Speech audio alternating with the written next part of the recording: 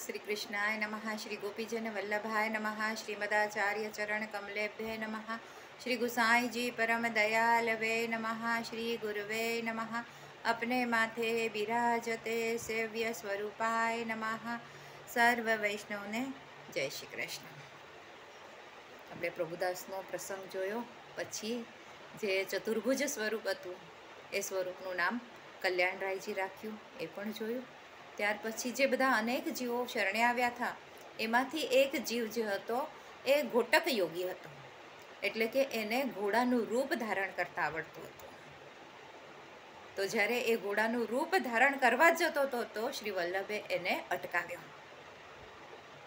ઘોડાનું રૂપ ધારણ કરતા એને અટકાવ્યો અને તેની અંદર જે ઘમંડ હતો કે મને આ બધી આવી રીતની મારી પાસે વિદ્યા છે એનો એ ઘમંડ દૂર કર્યો. પછી હવે આપણે જોઈશું રાણાવ્યાસનો એક પ્રસંગ આવે છે. ગોધરાના રહેનારા રાણાવ્યાસ એ ઘણા હોશિયાર હતા, જ્ઞાની હતા અને ઘણા બધા પંડિતો સાથે, ગુજરાતમાં જે કંઈક બધા પંડિતો હોય એ બધા પંડિતો સાથે શાસ્ત્ર ચર્ચા કરતા અને એ શાસ્ત્ર ચર્ચામાં બધાને હરાવી દેતા, એટલે પોતાને ઘણા જ્ઞાની સમજતા. ત્યારે ગુજરાતના બધા પંડિતોએ કહ્યું કે અમને હરાવો છો એના કરતાં તમે કાશી જાઓ, ત્યાંના બધા પંડિતો સાથે ચર્ચા કરો અને ત્યાંના પંડિતોને જો તમે હરાવી દેશો તો તમે સાચા જ્ઞાની કહેવાશો. એટલે પોતે ત્યાં કાશીમાં આવ્યા અને કાશીના પંડિતો સાથે જ્યાં પણ ચર્ચા કરવા જાય ત્યાં હારી જાય, અપમાનિત થયા. એટલે એમને ઘણું દુઃખ થયું. એમનો જે હતો કે બહુ જ્ઞાની છું અને બહુ હોશિયાર છું, તો એ એકદમ અપમાનિત થઈ ગયા અને પોતાનું જીવન જાણે વ્યર્થ થઈ ગયું એમ લાગ્યું.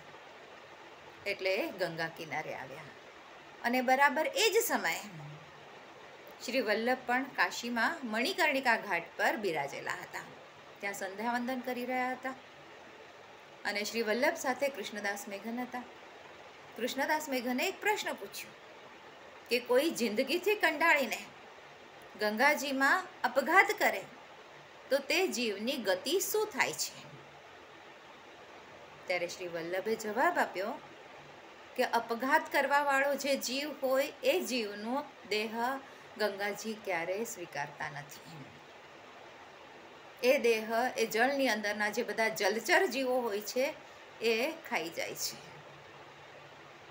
અને બીજું, જે અપઘાત કરે છે એટલે કે આત્મહત્યા કરે છે એ 7 જન્મ સુધી અપઘાત જ કરતો રહે છે. એને આ લોક અને પરલોક ક્યારેય કોઈ સુધરતું નથી અને ચિરકાલ સમય સુધી, એટલે ઘણા લાંબા સમય સુધી એને નરકમાં જ રહેવું પડે છે. એનો ક્યારેય ઉદ્ધાર થતો નથી. અને આ પ્રશ્ન ઉત્તર આ રાણાવ્યાસે સાંભળ્યો. એ ત્યાં અપઘાત કરવાના હિસાબે જ ત્યાં આવ્યા હતા અને આ વચનો સાંભળ્યા. પ્રશ્ન ઉત્તર કૃષ્ણદાસ મેઘન અને શ્રી વલ્લભની વચ્ચેનો સંવાદ, અને એને પોતા ઉપર ઘણો પછતાવો થયો કે આ શું, મારી પાસે એટલું જ્ઞાન હતું, એટલી બધી જગ્યાએ હું ચર્ચા કરતો હતો અને હું પોતે ગંગાજીમાં અપઘાત કરવા માટે આવ્યો, એમ એને પોતા પર જ પછતાવો થયો. અને તરત જ એ ત્યાં નજીક આવ્યો, વલ્લભની નજીક આવ્યો અને કહ્યું કે મને શરણે લો, મને મારી ભૂલ સમજાય છે. તો શ્રી વલ્લભે એમને શું સમજાવ્યું કે ભાઈ, હાર જીત તો ચાલતી જ રહે છે, તેનાથી એવી રીતે ગભરાવાની શી જરૂર છે? સારી અને નરસી સ્થિતિ તો જિંદગીમાં આવતી જ હોય છે, પણ દરેક સંજોગોમાં પ્રભુની સેવા કરવી એ જ આપણો ધર્મ છે. એટલે હારેલો માણસ ફરીથી જીતી શકે, પણ જો તમે અપઘાત કરી લો, દેહ ત્યાગ કરી દો, તો પછી કોઈ તમને જીતવાનો સંભવ જ નથી રહેતો, કેમ કે તમારું તો તમે જીવન જ ટૂંકાવી દીધું. માટે આવી રીતે ક્ષણિક આવેશમાં આવીને આવી રીતે કોઈ પણ પગલું ક્યારેય લેવું ન જોઈએ. ભગવત કૃપા મળે તો જ આપણે આ મનુષ્ય દેહ પ્રાપ્ત થયો છે. તો આ દેહથી બને ત્યાર સુધી સત્કર્મ કરવો, પણ દેહનો દ્રોહ ક્યારે જ ન કરવો. મનુષ્ય કલ્યાણ માટે સતત આપણે આગળ પ્રયત્નશીલ રહેવું જોઈએ. એવી રીતે હારથી હારી નહીં જવું.